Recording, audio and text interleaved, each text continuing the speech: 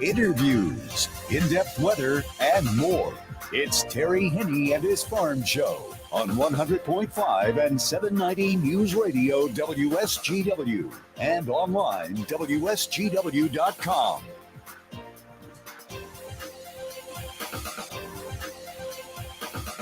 A partly sunny good morning to most of you. Yes, I said sun. Take a look outside. If you don't have any, you will as we move through the afternoon. The cloud cover beginning to thin out just a little bit. We should have some sun and a very nice day, temperature-wise, as well as a little bit of a breeze out there. So hopefully things will dry down a little bit. We're having a tough time, though, with that humidity. We're currently at 85%. And we're not going to see it drop down all that much. But as I said, the sunshine will make up for whatever. Very nice weather as far as rain-free. Overnight, we didn't see too much.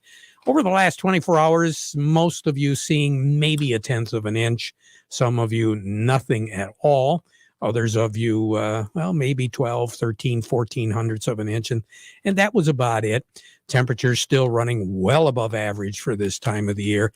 I think over the first 10 to 12 days of the month of October, our temperature average, that's figuring in the high and the low and averaging them out, has totaled up to somewhere in the neighborhood of 62, possibly 64 degrees, which is unheard of for the month of October. And so far, we are breaking a record as far as average temperature goes for the month. And quite frankly, I'm not looking at some very chilly air, really, over the next couple of weeks. If we do get any cool air, I think the best chance is going to be over the weekend, and in particular on Saturday. Our projected high temperature on Saturday should be right around 58, but I think with the help of some sun, and we will get some partly cloudy skies as we go through the day on Saturday, with very little, if any, chance of precipitation, we could very easily once again hit in the 60s. This has been just a very unusual fall. If you recall, a lot of the long-range forecasts were for a mild fall. As far as precipitation goes, there were some of us that did indicate that we thought precipitation values would be above average, but obviously we didn't think that we were going to be breaking records there as far as day averages go on precipitation. And for some areas in the state of Michigan, we broke all sorts of daily records for precipitation, the likes of which we hadn't seen for a few decades, quite frankly. And we did see precipitation tallies that were upwards of 8, 9 inches, if not more than that, and 2-day, 3-day totals of at least a foot in some places. So we do have some pretty wet fields. And even in areas where you don't see water standing, you drive into those fields with any heavy equipment and you're cutting in a little bit. So this is a little bit of an unusual harvest season when it comes to making tracks in the fields. And of course, it is going to put a strong emphasis on taking care of the soils and the fields once the harvest is all done. And I'm sure we'll be talking to a number of experts on that as we go through the next several weeks. So what are we looking at? Sun, especially this afternoon, 71 for a high. Tonight, late tonight, there is going to be a front move through the state. We're not looking for any gully washers. We are looking for a chance of some scattered shower activity. It'll be after midnight into the early morning hours tomorrow. A secondary front is going to be moving through late tomorrow afternoon. There will be a widely scattered shower early in the morning, but then tapering off. We'll see that chance of showers pop back up later on tomorrow afternoon and tomorrow night. But again, we're going to be very mild. 74 for a high, 56 for a low. And then on Friday, showers as the day goes on. Now we're going to be looking at a low pressure system to the south of us. This will be in the east central parts of Illinois. It'll be moving in an east-northeasterly direction. I don't think the passage of the low will take it into southeast Michigan. It is going to be passing to the south of the state and wind up over in Pennsylvania, New York State as we move into the day on Saturday. So once again, later in the afternoon and the evening, there is going to be the chance of some shower activity on Friday, 68 for a high, 50 for a low, and then becoming partly cloudy during the day on Saturday. If we get more sun earlier in the day, we will crack the 60-degree mark. Otherwise, upper 50s. Clear skies Saturday night, 44 degrees. So it'll be one of the cooler evenings we've seen so far. But then on Sunday, Monday, Tuesday, once again, with mostly sunny skies all 3 days, those temperatures are going to continue to climb. Record high in this time of the year is 86. That was set back in 1930. The record low 23 set in 1993. And a year ago today, 67 was our high, 41 was our low. We had about 0.6 of an inch of rain over the first 12 days of the month of October. And overall, we really didn't set the world on fire when it came to precipitation a year ago. But all of that obviously has changed. And the year before, as we indicated, 2019, we broke all sorts of precipitation records for the month of October. Sun will set this evening at 6:56, rise tomorrow morning at 7:50. We'll take a look at the weather as we go through the broadcast a little bit more. We're going to be talking to Cody Harris over at Star of the West. We'll get the latest from him as to what has happened with the markets, given that government report that came out yesterday. We'll get all the latest information from him in a moment. But before we do that, we want to remind you the weather forecast has been brought to you by the folks at Nutrien Ag Solutions. Nutrien Ag Solutions has the local expertise to recommend the corn, soybean, and other seed products that are the best fit for your field. Plus, unparalleled agronomic support with products and services to unlock yield potential and improve crop performance from planting to harvest. Ask about our financing options to help you get more from every acre and lead the field. Visit your local Nutrien Ag Solutions branch or go to nutrienagsolutions.com.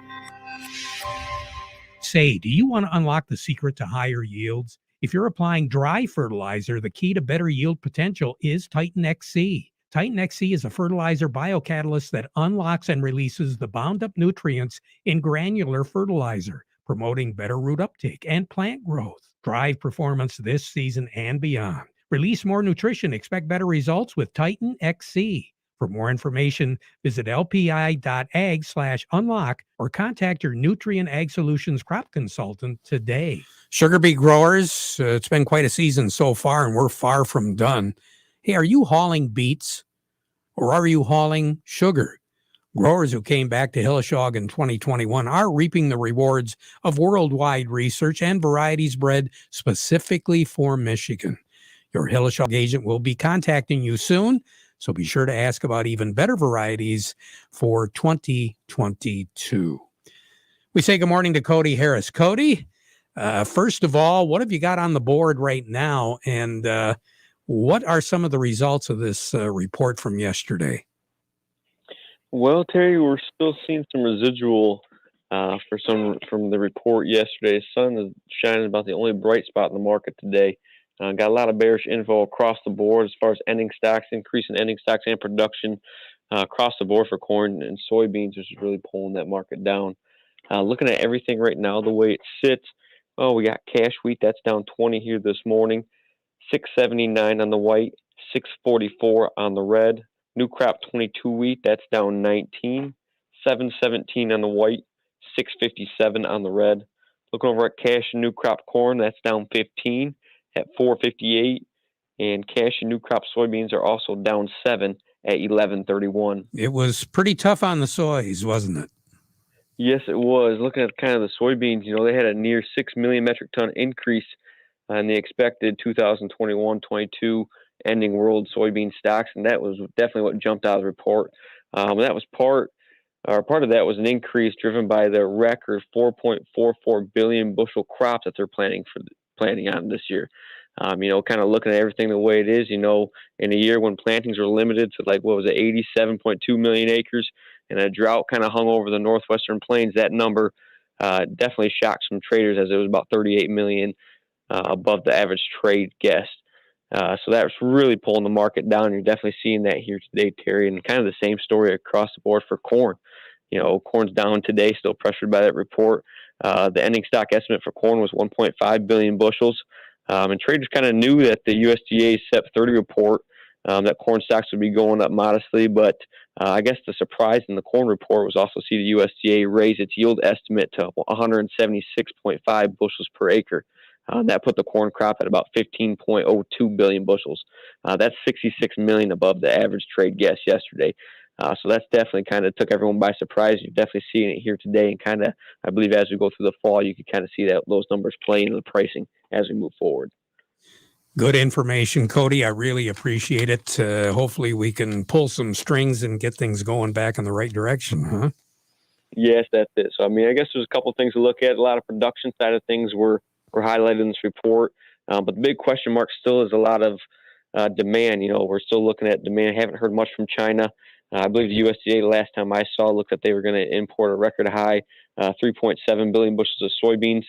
But there's still some concerns there, but we still haven't seen any kind of, follow through on that. So that could definitely help out as we kind of move forward. It's definitely demand side. So like you said, we got a long ways to go, but hopefully we can see a little bounce here as we move forward. Cody Harris, thank you very much. You take care. Have a good day, okay? You too, Terry. Thank you. Will do. A little bit more as far as what the markets are doing. Doug Klein from Oppenheimer standing by. The market report brought to you by Schaefer and Beerline. They are the Great Lakes Bay Area's certified ag dealer. It is Ram Ag season going on right now at the dealership where they know trucks and vans. So you can buy with confidence from the Great Lakes Bay Area certified ag dealer. That's Schaefer and Beerline. And by at Raymond & Sons, quality clothing and shoes since 1919, located in downtown Chesaning at 151 West Broad Street. Talking Carhartts, talking Red Wing shoes and boots, talking Stormy Cromer accessories. It's all at Ed Raymond & Sons in Chesaning. Doug Klein, what have we got now? Well, it looks like they're trying to get something going in metals. Precious metals, and even the copper up 3% today. Still a little pressure on the grains. That's where all the action is, basically. Everything else is kind of flattish. The dollar did not hit a new high today, so that's good. Maybe they found their plateau. Maybe. We'll see. Here's your numbers. December corn is 506 3/4, down 15 3/4. The March corn is 516 1/4, down 15 3/4. November soybeans 1189 1/2, down 8 3/4. March soybeans 1210, down 10 1/2. The December wheat is 712 3/4, down 21 1/4, and March wheat 726 1/4, down 21 cents. The energy price is pretty flattish today. Crude oil is 80.58, down 6 cents. Somebody said that could easily hit 100, and that's not impossible considering the billions of dollars that flip back and forth in that market. Heating oil is $251.15. That's up 1/10 of a penny. Gasoline is $239.15, up 0.8 of a penny. Natural gas is $5.65 1/2. That's down 10 1/2 cents. Canadian dollar, U.S. dollar only gets you $1.2444 at the border. That's down 21 ticks. The yen is at 113.44, down 16 ticks. The euro is at 115.74, up 47 ticks. The dollar's at 94.20. That's down 31 ticks. Gold's at $17.88. That's up $29.70. Silver's at $23.18, up 67 cents. Platinum's at $10.23.90. It's up $12.20. Have a good day, Doug. Thank you. Yep, you too. Doug Klein over at Oppenheimer. When we return, Mark Seaman will be joining us. But first, this. Hi, Deb. Another weekend, more youth baseball. Where's Jerry? He wanted to come, but he's busy battling brown beet fields. Cercospora? Yeah, he went out to spray again. Is your crew spraying? Just a few times. It's a sea of green this year. You're kidding. No, we tried that new CR Plus trait developed by KWS, and it's like night and day. Really? Wow. You should text Jerry. He needs a new plan. Maybe I'll just send some pics from the game. He'll get the message. KWS CR Plus trait is licensed to Beta Seed and Crystal Brand Seed. This season, there's a new choice for your fields. Zetavo soybean seed, designed with triple stacked Enlist E3 technology for weed control flexibility.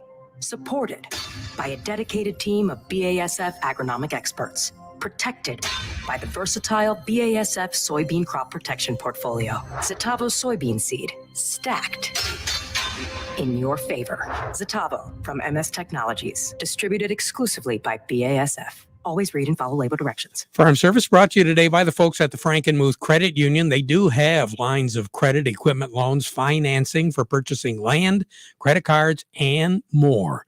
Find out how they can help you by going to frankenmuthcu.org. And Farm Service brought to you today by the folks at Foster Blue Water Oil. They're going to take your diesel to another level.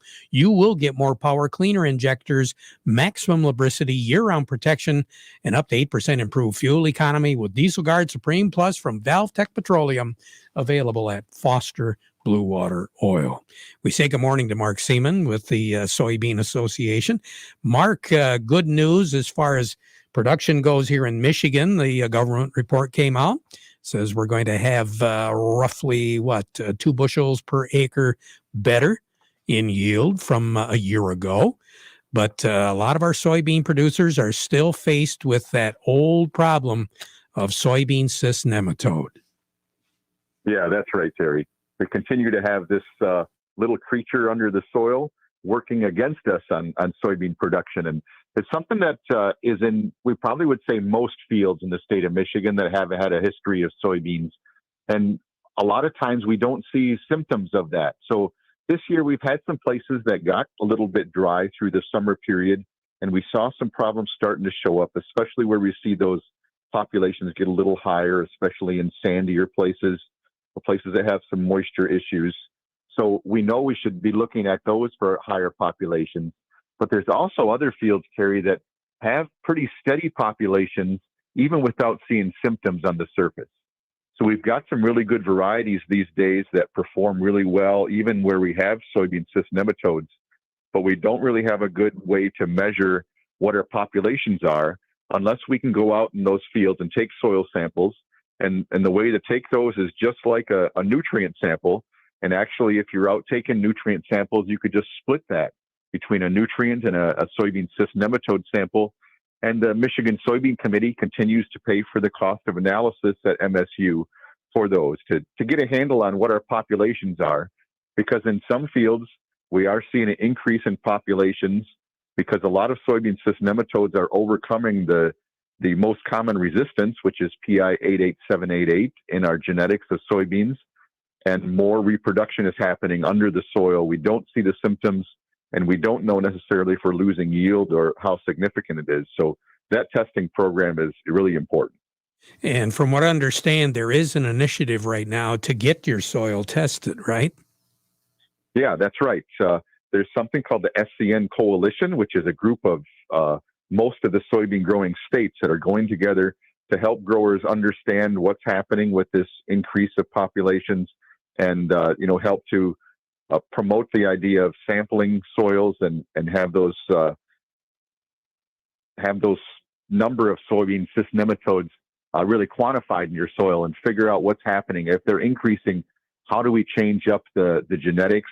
Maybe switch to some Peking varieties once in a rotation, then back to 88788. So just trying to use the couple tools that we have to control these and keep our soybean yields at good levels. Fantastic. Thank you very much for the information. And of course, if we want more, we can get a hold of you as well, right? That's right, Terry. All right. Mark Seaman, thank you very much. You have yourself a great day, okay? Thank you. You bet. Hi, I'm Steve Cook from Cook Chevrolet Buick and Vassar.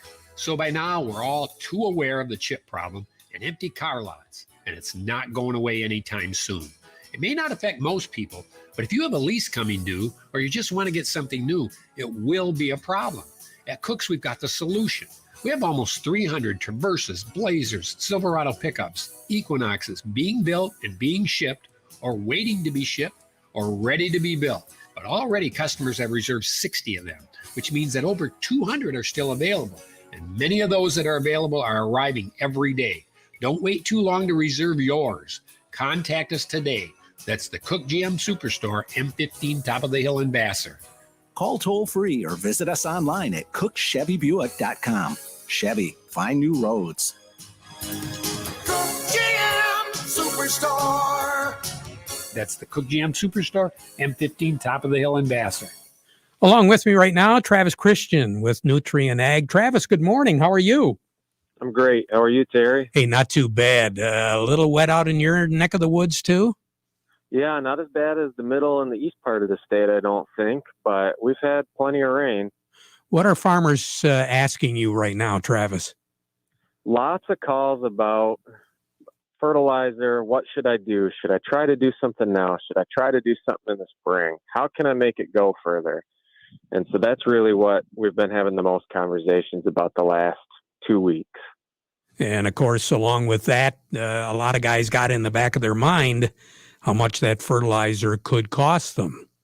Right. And so to me, I'd be really interested in how can I make a fertilizer application count for every pound of nutrition I'm putting down. And the most obvious first foot forward to me is using Titan as a dry fertilizer treatment on my P and K. I mean, the goal is every pound of nutrition I'm putting down, how can I get the most value out of it for how much that costs? And putting Titan on it is going to increase the efficiency of that, help that prill completely break down into the soil solution, help our roots be able to take it and use it in a plant available form come springtime, or even now if we have a wheat crop in the ground. We've had really good results with this product. It's got a very, very strong track record across the country, but especially in Michigan. And, you really need to try to figure out how can I make every dollar I'm spending this year count. Very good advice. Travis Christian, thank you very much for being a part of the program today. We'll talk to you again soon, all right? My pleasure. Thank you, Terry. You bet. Travis Christian with Nutrient Ag. Do you have a yield monitor in your combine? Do you print off a pretty picture every year, but you don't know what to do with it? Why don't you have PC Ag Solutions analyze your data to help you make profitable decisions for the upcoming season? We can help you analyze your data from your planter, sprayer, or combine and compare it to your soil types and nutrient availability. Anything from the planting date to your speed, population, and variety to elevation, drainage, and in-season applications. We can help you make the most profitable decision on your farm. Call us today. 989-868-4444. Farm Service brought to you today by the folks at Quality Roasting of Reese, offering competitive, consistent prices for your soybeans. So give them a call for a quote today. We now conclude our program with a playing of our national anthem.